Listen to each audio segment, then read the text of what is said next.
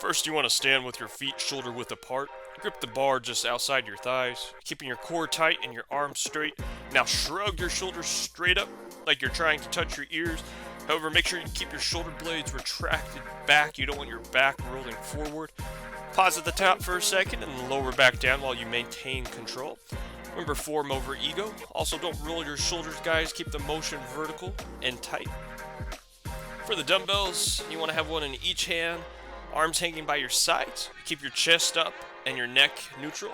Once again, shoulder blades retracted back and shrug your shoulders up, squeezing hard, then slowly lower back down. The dumbbells give you more freedom of motion and balance. Also, if you have any muscle imbalances, you could have a slightly lower weight in one hand and a heavier weight in the other. If you're a beginner, I recommend starting with a fluid form. You don't have to worry about pausing. However, as you advance up, then you can hold for a maximum of 5 seconds, really flexing those muscles and getting all those gains. Thanks for watching, guys, and have a great day.